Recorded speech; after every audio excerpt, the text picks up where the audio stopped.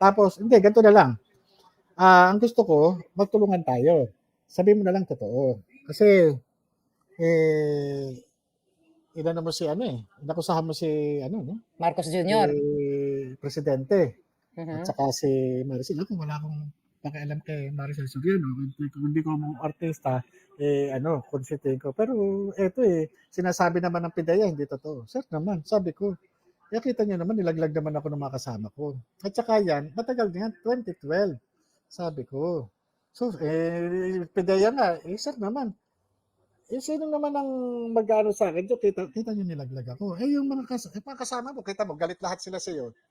Lahat sila nagsasabi na hindi totoo yung sinasabi mo. Sir naman, alam nga na makakampi sila sa akin, ano mapapala nila sa akin? Sabi ko. Doon sa kay Gerald Lasso, may mapapala sila. At Yes. saka, sir naman, sabi ko ganun. Itong mga kasama ko na to, ano yan, basta-basta na lang sasama kay General Lasso papunta rito, nagigisahin sila. Walang sasama dyan, gugulang yung mga yan. Sabi ko ganun. Nagkataon lang, ganyan, DJ si General Lasso, kaya sumama sa kanya. Kasi nasa kanya yung power eh. Pag kinaroy nila, sama lahat yun, hindi naman makakatanggi yan mga yan eh. Tapos sabi niya, kung sabi niya, paano napunta kay Maharlika to, kundi ikaw? Sabi ko, sir, ito ba namang, ako sir, happy na ako sa buhay ko. Nung mawala ako sa PIDEA, nag-abroad ako. Naghanap buhay ako. Busy sir ako. Marami akong, at saka, yung si Commander, mag-isa lang sa bahay. Pag wala ako, di kawawa siya. Sabi ko gano'n. Kagaya niya, may sakit. O pareho ko, tingnan niyo ako. Sabi ko, kita niyo naman, marami akong gamot dito, marami akong maintenance. Ba't ilang taon ka na ba? 59. Matanda pa pala ako sa iyo, 62. Sabi ko, sir, ang ganda po ka ng kutuan niyo, batang-bata pa kayo. Sabi niya. Tapos, Na-flattered. sabi ko nga, sir, bata pa kayo. Ako nga, hindi na ako gumaganon. Ganun na nga ako. So, nagbiruan pa kayong ganon. At least meron kayong ganong biruan moments, ano? Natawa siya. Hindi, Oh. ganun na lang.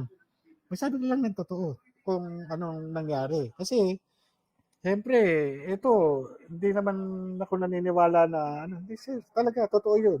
Yung litrato nga kaya nga ako na-motivate Nakita ko yung litrato. Talagang gumaganon talaga.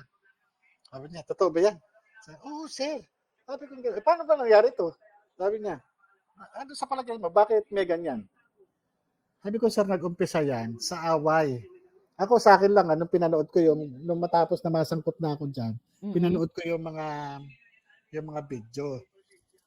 Nag-umpisa yan, sa akin lang sabi kong ganun, sir. Nag-umpisa yan doon sa Delgado. Tapos nadamay ngayon yung boss ni Delgado na abogado. Ito, para nagkaroon ng simpatya hanggang sa may lumabas na mga agency orders na may nakarating yung video doon. Pati yung pre-ops na yung dokumento yun nakarating, sabi ko. Ako iniwan ko yan doon, sabi ko ganun. Tapos napapaano siya. Ang niya, siyempre ina-assist niya, napapakunot siya. Tapos sabi niya, nasaan ngayon yan? Sabi ko pa nga, may bilgit pa ako. Nandun kay siguro. Sabi ko gano'n. Napaganon siya. Tapos, sabi ko, kay Marlica, sigurado hindi. Sir naman, ba't naman ako gagawa ng di sana nung kung alam ko lang ganito mangyayari, di sana, diba, nung sinabing deny na lang, di tahimik pa buhay ko. Tapos yan si Picoy. Sabi ko, ba't sila mag-aalok? Wala ka dyan, loko-loko yan. Sabi niya gano'n. So, sa madalit sabi niya, mga 20 minutes din more or less kami nag-usap. One-on-one. Nakita ko naman yung sinceridad niya. Sabi niya, ako hindi wala akong hindi tayo magkaaway. Sabi niya, alam mo, pinahiya mo pa nga ako. Sabi niya, pinahiya mo pa nga ako. Sabi ko, sir naman, normal reaction ko lang naman yun. Hindi tayo magkaaway. Sabi niya gano'n. That's good to know. Trabaho lang. Alam mo naman ako, nagtatrabaho lang. Kita mo, naman, ikaw nga. Sabi niya, inulit pa nga niya, pinahiya mo ko, di ba? Pero dapat nga, nung isang araw ka pa na contempt. Siguro sinasabi niya, nung 13 pa. Hindi na nga kita, pero kita mo naman, ako, Hindi naman ako, mabait naman ako, sabi niya.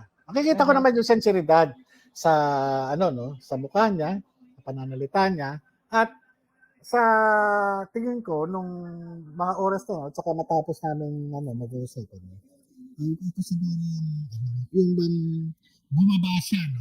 Mula dun sa Mataas. kinalalagyan niya, Yeah. mataas siya eh. Pakalam ko dyan sa kalbo na yan. Di ba? That's true. Pakalam ko dyan sa na yan. Bumaba siya. Ang isa sa nakita ko, no, yung nag-hid siya doon sa no, yung tumugon siya sa panawagan ng taong bayan, I think sa pressure ng taong bayan, yes. Oo. Kumbaga At least sa nakinig, at least nakinig. kasi may sinabi pa ako sa kanya na sir, di ba, dati kayong mayor. Kumbaga sa ang mga sanay kayo sa pulis. Parang gano'n. Mhm. Na itong mga kasama ko, hindi naman sa dami naniniwala o kung isa lang yung nagsasalita. Nandun naman sa yan eh. Diba? Pero sabi niya, sige, titignan ko pero pag-iisipan ko yung mo kasi naaawa rin ako sa'yo. Ayoko rin na nagdudusa ka. Mm. Sinabi naman niya, nakita ko talaga sa mata niya yung pagiging tao. Hindi naman sa sa totoo lang tayo, bumabatikos tayo kung kinakailangan batikusin. Pero kung kinakitaan din naman natin ng pagiging tao o pagiging tama, Na bumaba. pagiging makatao, Totoo sapat na yun. yun sa akin Totoo eh. yun. Ako Talagang din ganun. sabi ko, ito ginawa lang talaga din niya yung trabaho niya na sa tingin niya, nung oras na yon talagang dapat niya akong gisahin na para siyang piskal, Parang piskal na parang kung bumabaterya sa isang akusado, parang gano'n. Pero doon sa pinakita naman niya na na tumugon siya sa clamor ng taong bayan, talagang sabi ko kaya pala naging senador ito. Kumbaga,